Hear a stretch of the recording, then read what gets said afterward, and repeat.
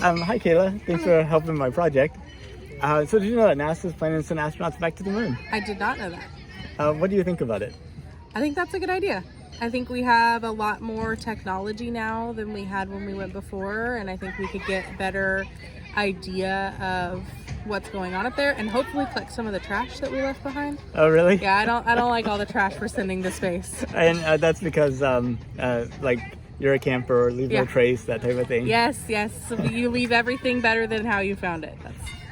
That sounds good. Well, some people think like, chopping down all the trees, building a neighborhood is like leaving it better than we found it. I don't think that that's necessarily the case.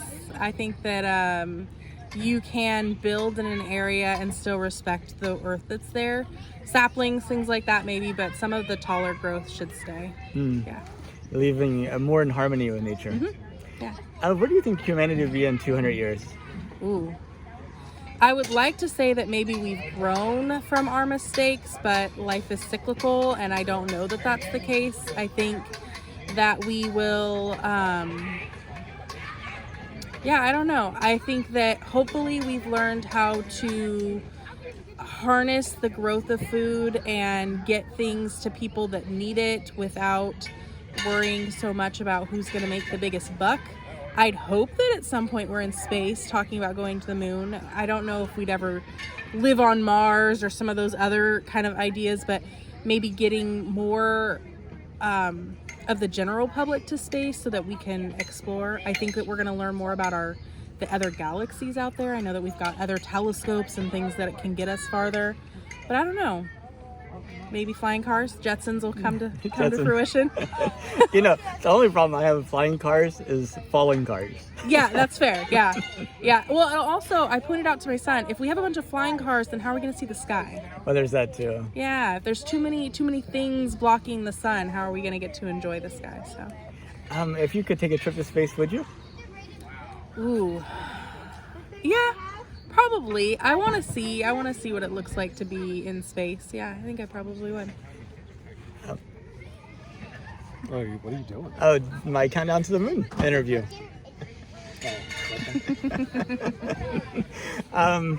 Okay, so now imagine this. One of your descendants has immigrated to Mars, and it's 200 years in the future, and it's your great granddaughter, who's in like a history class, doing a project on the 2020s.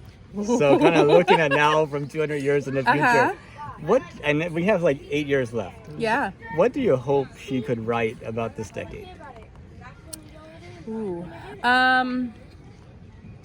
I hope that in the future they talk more about how our world has found a way to come together instead of separating.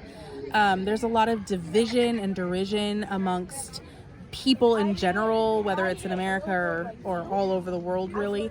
And I hope that in the future they can talk about the fact that we found a way to come together and solve issues versus making things more you versus me.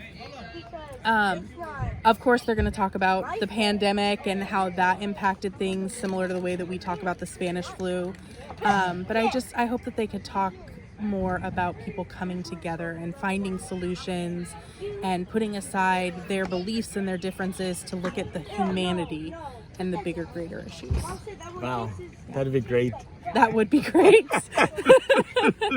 We'll hope. We should make that happen.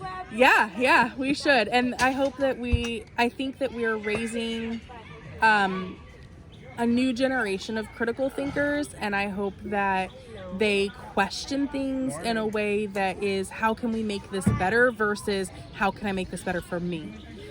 So hopefully. That's great. Well, thank you so much, Kayla. You're really welcome. appreciate it. You're welcome.